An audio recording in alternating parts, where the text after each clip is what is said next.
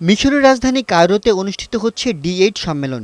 সেখানে বৃহস্পতিবার ভাষণ দেন অন্তর্বর্তী সরকারের প্রধান উপদেষ্টা ডক্টর মোহাম্মদ ইউনূস।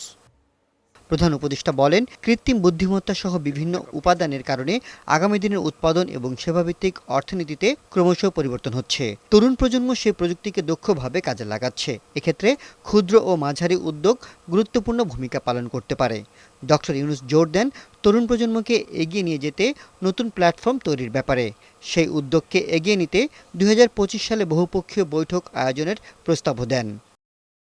কৃত্রিম বুদ্ধিমত্তা সহ বিভিন্ন ক্ষেত্রে প্রযুক্তিকে কাজে লাগাচ্ছে তরুণ প্রজন্ম, তাই তাদের সেভাবে গড়ে তুলতে ভূমিকা রাখার আহ্বান জানাচ্ছে।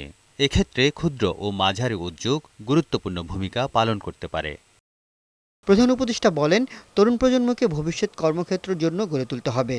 বিভিন্ন কর্মক্ষেত্রে মিলিয়ন মিলিয়ন তরুণকে ধারাবাহিকভাবে নতুন দক্ষতা অর্জনের সুযোগ দিতে হবে। আমরা বিশ্ববিদ্যালয় এবং সমতুল্য জ্ঞান প্রতিষ্ঠানের মধ্যে কার্যকরী শিক্ষার প্রসার ঘটাই, যাতে তরুণরা উদ্যোক্তা হিসেবে প্রস্তুত হওয়ার ব্যাপারে মনোযোগী হতে পারে। এর আগে দিনের শুরুতে ডি8 সম্মেলনের সাইডলাইন বৈঠকে পাকিস্তানের প্রধানমন্ত্রী শেহবাজ শরীফের সাথে সৌজন্য সাক্ষাৎ করেন প্রধান উপদেষ্টা।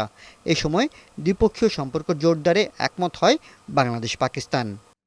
এস এম সুমন, বৈশাখী সংবাদ।